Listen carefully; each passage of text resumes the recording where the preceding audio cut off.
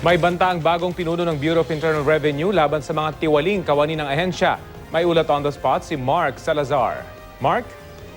Rafi, sa unang flag-raising ceremony ni Attorney Cesar Dulay bilang ika-33 BIR Commissioner, kagaya na nabanggit mo ay may banta siya agad sa mga kawaning tinawag niyang bulok na kamatis na ipinato sa basket ng sariwat pulang-pula dapat na mga kamatis sa BIR. Ang sabi niya, para daw dun sa mga bulok na naiwan, bibigyan niya raw ng oportunidad ang mga ito na mag-retire para kumita pa sila o mag-resign na lang. Alam na raw naman nila kung sino-sino sila. Magiging fair daw siya sa lahat.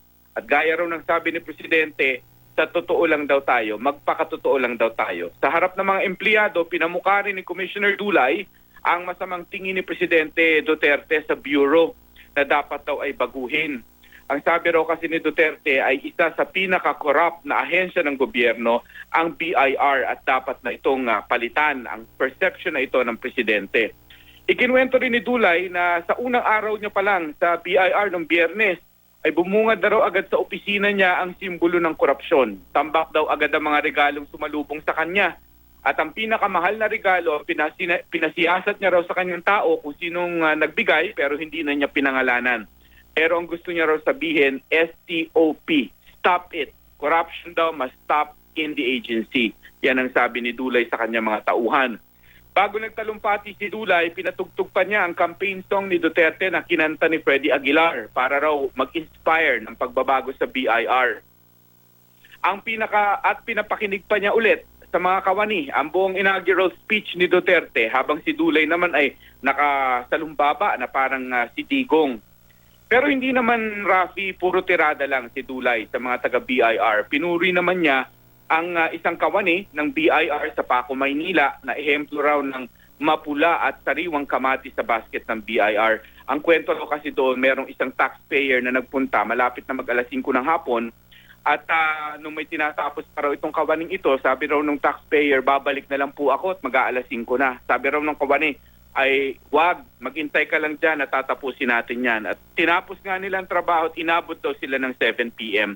Ang tinutukoy ni Dulay ay si Jocelyn Oliedo ng RDO 34 na taga Paco, Maynila. At ito ang kanyang binigay na ehemplo ng isang mabuting kawani ng BIR. Tumanggi na si Dulay magpa-sit-down interview sa amin, Rafi, at magpapatawag na lang daw siya ng press conference kapag handa na siya. Rafi. Mark, mapuntahan ko lang yung mga regalo na sinasabi niyang sumalubong sa kanya. Ito, regalo daw ba sa kanya mula sa mga tao bilang bago siyang pinuno ng BIR? Hindi, mga regalo daw ito ng mga taxpayer. Yun ang sinasabi niya. Regalo daw sa kanya, Mark. Yun ang sinasabi niya.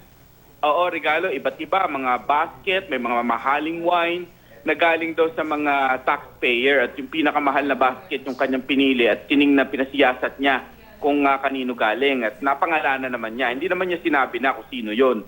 Pero sinasabi niya na ito daw yung talagang nakagawian na kanyang nadatnan sa kawanihan na ayaw niyang, na gusto niya imahinto na, Rafi.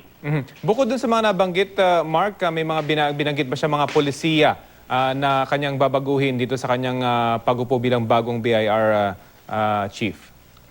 Okay, sa kanyang flag raising ceremony wala, pero nung Biyernes, Rafi, matatandaan na tatlong revenue memorandum circular ang inilabas nitong si BIR Commissioner Dulay.